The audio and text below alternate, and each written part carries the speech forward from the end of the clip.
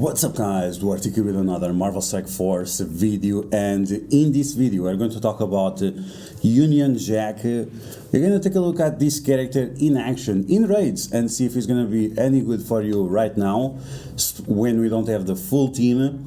And after that I'm going to give you my impressions on what's the viability for this character, and if it's going to be a game changer for your raids, if it should be something that you should gear up as fast as possible or not. So we're going to talk about everything related with Union Jack, and as always, if you like the information on these videos, make sure you share it with your friends on Facebook and Discord. If you are new to my channel, make sure to subscribe for more Marvel Strike Force content, and make sure you smash that like button like a boss. Okay, so Union Jack is a new character for the Invaders team. There are a few events upcoming with the Invader characters, and he's a type of blaster, but he's also controller because he can do turn rewind on the enemies, apply disrupt, and depending on which characters you apply disrupt to, depending on which characters you turn rewind, this character might be very important for raids. When you take a look at this character, special is able to apply offense down, slow, and ability block in raids to a maximum of 3 turns, and that's very convenient. Not exactly sure if it's going to be important or not, but yeah.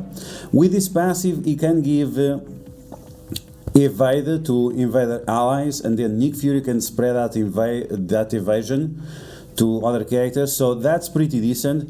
But beyond that, like, honestly, this character is not doing much. But let's take a look at this character in action first, and then we're gonna talk about his performance. Okay, so here we go. Let's take a look at Union Jack in action. Let's see what he's able to provide. And yes, we are using these characters at level 75. Captain America World War II, and also Union Jack. Level 75 gear tier 14 is good enough for them because we don't need their functionality or anything like that. So we're gonna summon the Nick Fury minions, and this happens because of Union Jack. The more Invader characters you have, the faster Nick Fury will go. So from one Invader ally, which was Captain America World War II, and then Union Jack, this will allow you to go faster than Yelena Belova. If it allows you to go faster, that means the minions are going to get attacked, and that means your other characters are going to be protected. So in this regard, having one more ally that is from the Invaders is pretty decent. Should it be Union Jack? Should it be someone else? We'll see at the end of the video. Okay, so we were able to apply defense down to Castle to many characters. We are able to turn rewind that Thor, and now with Union Jack you usually can turn rewind and apply disrupt to Sif, but because this time I didn't use the minions to turn rewind her, it was not possible. And this happens because sometimes Nick Fury spawns to operatives, other times not 2 operatives, other times it's just 2 securities. It's at least always 1 security and 1 operative, but then you can get a mix of both on the last character. Okay, so as you can see, like, so far we are doing fine, but is this Castle doing, is this the Invaders doing something? I'm not sure about it. So there we got a crit from Union Jack. He was able to do 150,000 damage, which was okay. It's not amazing, but let's remember that the character is at level 75, and they don't have Bucky, which is the one that gives the increase in damage output. Okay, so since we are using Castle, we need to spread those defense downs to as many sources as possible, and now we have the minions from Nick Fury attacking the enemies, and you can see that whenever Nick Fury assists, he also gives energy, and this is why you need Nick Fury as a raider. So whenever he assists, he is also giving energy to the adjacent allies, which in this case is Captain Sam, because he's going to be able to do his ultimate multiple times, so you don't have to worry about it. Okay, as you can see, like, we are destroying the nodes, no problem. Union Jack and Captain America, they are full energy once again. And when you are using the full team, you have to use a different position of the characters, but overall, what Union Jack was able to provide on the first node, and we actually failed to do so, is to turn rewind the enemies and also apply disrupt to them to stop the stealths, the speed ups, and also the taunt from Sif. So now let's take a look at the second node, and once again we are using exactly the same team: Nick Fury, Captain Sam, Kestrel, Union Jack, and Captain America World War II, also known as Kraken America by Dogbert. Okay, so this is probably the worst node because it just takes very long time. It's not like difficult or anything like that, but doing this node with Shang-Chi, it will be a walk in the park, but without Shang-Chi is not as easy. So once again, we want to apply as many defense downs as possible, and then because once again Union Jack, Captain America, and Nick Fury goes so much faster that you'll be able to summon the minions, something that would not be possible otherwise. Then you want to use the operatives and their assists to turn rewind Morbius, to turn rewind Silver Samurai, to turn rewind Wolverine, and by doing that you're going to be fine. The problem once again is that the damage output is not as great, because most of the damage is coming from Kestrel, and even if you'd gear up your Union Jack more and your Kraken America more, you would still not get a great damage output because they don't have Bucky. It's like, or you have the full team, or the team is not going to perform very, very well, because Bucky gives 60% more damage in raids. 60% is just huge. But as you can see, like, we are doing just fine. Now with the Union Jack, we are going to apply slow and offense down to Ghost Rider, so in case we trigger his passive, it's not going to be a big deal. Either way, we can use the minions from Nick Fury to stun Ghost Rider, and that's not going to be a problem as well. Then you want to focus on applying slow and turn rewind to Carnage and also to Deadpool, so your minions will not get destroyed. If your minions get attacked, that's fine, because all of them have counters, and that will stop any kinds of chain attacks from Wolverine or from Sabretooth. You can see right now that all of the characters have evaded. This was because of Union Jack, and then Nick Fury can spread those evades to everyone, which is quite amazing. You have to be careful also with multiple mana, because he keeps spawning minions, and if you let him to have a turn, he's going to give taunt to all those minions, and that's extremely annoying. It's really something that you don't want to deal with, because you literally have no way of dealing with it. You're just gonna waste more time. And I recorded these 3 times.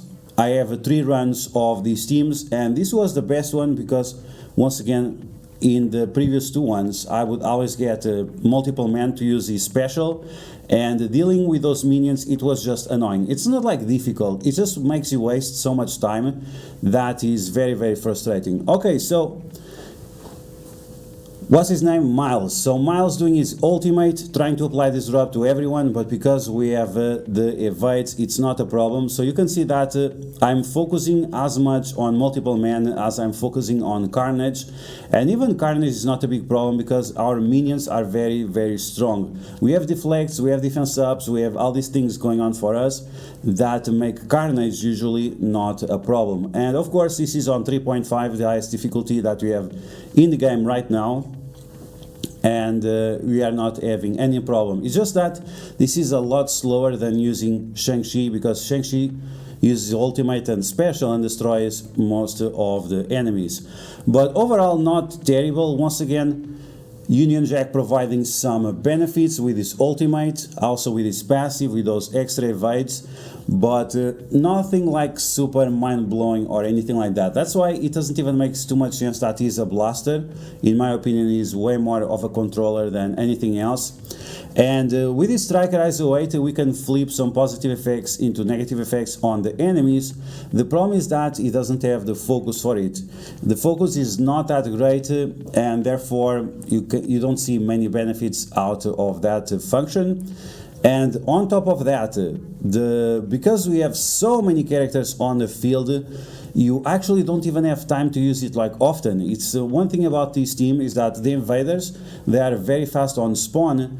After that, they are relying 100% on the speed up from Nick Fury, and if they don't have that speed up, they are kind of slow. Okay, so we didn't have the the special ready for Kestrel, that's fine. You can very easily remove the taunt from Strife because of the minions. Now the minions, the operatives, they remove the taunts very easily, and they don't give the taunt to Nick Fury. So you don't need to have Nick Fury as a skirmisher or anything like that to remove the taunts. The minions will do just fine. So now Union Jack applied the ability block to Doctor Doom. This is not necessary. You can turn rewind Doctor Doom to Oblivion and making sure that he never has the turn. Once again, you are spreading those evades to everyone, including Captain Sam. And that's what I like about this team, is that not only they made Nick Fury a lot better, any characters that you pair up with Nick Fury, like Captain Sam and Kestrel, they become so much better as well. So that's quite amazing. So now we have the ultimate ready from Union Jack. We can use it, but there is also no point on using it. I'm going to use it anyway, turn rewind the enemies a little bit. So we turn rewind Mr. Sinister. It doesn't matter much because he cannot summon. We have Kestrel and we also have Nick Fury and Kraken America passive, so it's not a problem there, but it's just so it doesn't heals up any character. So once again, you're going to give more energy, more turning winds. You can see, look at all those turning winds, it's just insane. And unfortunately, Captain Sam was focused a little bit there, and here I could have summoned more enemies or more minions, which is fine. Then Kestrel with her special applying defense down to all those characters, and then you have to go after the dangerous characters. You have Morbius, you have Carnage. Carnage is not a problem anymore. In my opinion, Morbius on this specific situation is more dangerous because the bleeds that he applies to everyone, they are very concerning, very concerning, and they can kill multiple characters, while Carnage, he only can attack one character at a time. So it's not a big deal, just make sure that you balance out the situation. Okay, so we have Doctor Doom there, he's ready to die, and we are going to do just that. We're going to finish off that Carnage, and then we are going to finish off Doctor Doom. Mr. Sinister also about to have his turn. Let's see if we can also turn rewind him and finish him off. So that Morbius, I think he did the basic, because I think he was ability blocked. There we have the assist. So you can see that Union Jack, he doesn't do much. He does enough to be relevant, but it's not like game breaking or anything like that. So I was able to turn rewind Mr. Sinister for 50%. Carnage attacked, but like I said, he only attacks one target at a time, so it's not going to be a big deal. Then we summon more minions, and we have still to deal with that Morbius on the other side. He has the defense down, so you're going to rush on him. Now Captain Sam with a second ultimate, and this is because of Nick Fury being next to him. He's always providing energy. It's one of the best combos that we have right now in the game. Nick Fury with Captain Sam next to him. And now you're just going to slap on those defense downs, try to apply stun to Madeline Pryor, and that's it. So Union Jack going one final time with his ultimate. He's going to turn rewind the enemies. I apologize for the stuttering. I increased the graphics too much and it was lagging a little bit. No problem there. Okay, so Carnage is gone. So yeah, like, is Union Jack a game changer? I don't know, man. It does stuff. It does useful stuff. Is it better than Shang-Chi overall? Well, let's talk about it. Okay, so let's talk about Union Jack. What are the conclusions about this character? I think the biggest problem about not only Union Jack, but as the Invaders as a whole, is that Scopely was so concerned about making these characters like overpowered because of Kestrel, because of Captain Sam, because of Shang-Chi, that they completely undertune the characters. So many of the starts are locked behind the raids. It's like they get 60% extra bonuses when the whole team is together, and 40% of those bonuses are in raids. So if you don't have the entire team together, the stats are going to suck ass. Now, is that something that really matters? Probably not, because once again, like, if you have Kestrel, if you have Captain Sam, if you have Nick Fury, those three characters alone, they can pretty much solo the entire raid. Shang-Chi or Union Jack, they are just additional extras. They just give you a little bit more benefits. Shang-Chi gives a little bit more healing and more damage output. Union Jack gives you more control, turning winds, ability blocks, and so on. So overall, like, it's okay. It's okay. It's not your mind is not being blown away or anything like that. So when you take a look at the stats at Gear Tier 14, 3 yellow stars, 3 red stars, and level 75, 230,000 health. Keep in mind that you'll get more health because of Captain America and also because of Captain Sam. 9,000 armor, not that great. 21,000 damage, it's okay. The focus, 9,000, like, that's very, very low. And then the speed is very, very atrocious. 107, and once again, Scopely capped this team based on the possible combinations that you could do with other characters. And this is why when you are using Nick Fury, you always want to have Nick Fury next to Captain Sam or Nick Fury next to Captain America when you have the full Invaders team. Because like that, you're going to be able to spam the cooldowns of the team, and that will allow you to have speed up all the time. In terms of Union Jack, the utility that he was able to provide was really giving stealth to all invaders, and from Nick Fury Invader he was able to spread that to Kestrel and to Captain Sam as well. The crit mechanics, they are completely irrelevant. There are no benefits at all of using these characters as raiders. This is just a little bit more damage output for your team. The only thing that this does is to allow Nick Fury to crit more often, and that will allow you to provide more energy. So if you see some isolate recommendations for Nick Fury that is not raider, tell those guys to fuck off because they are wrong. You always need Nick Fury as a raider so you can give the energy to everyone, because as we saw, not only gives energy on the basic, but he also gives energy on crit assist, so that's going to be very, very important. Once again, on the ultimate is nice because you can turn rewind the enemies by 30%, and certain characters like Silver Samurai, like Sif, you can apply the disrupt and stopping them from taunting. You cannot do that to Strife because Strife is going much faster because he has 75% speed bar on spawn. Beyond that, the basic is giving you very, very low value. It's the offense down to like a Ghost Rider or to some character that you think is going to give you some massive damage output. Other characters where you could use this offense down would be like Morbius to stop the bleeds also from doing big damage. And then the basic, like this basic is kind of weak sauce. If you have the T4 on it, you can flip 3 positive effects in raids. I don't think this T4 has any value for now. In the future might be different. So overall, this is what we have with Union Jack. It's an okay character. Is he better than Shang-Chi overall? No. Is he better than Shang-Chi in raids? Maybe. But once again, the fact that his speed is so low and the fact that his damage output is nowhere near Shang-Chi, you're going to use this character for his controller value rather than his damage output. And that's pretty much it. So should you invest on Union Jack? Probably not. Probably take your time with this team. It doesn't seem that any of these characters is like a massive value.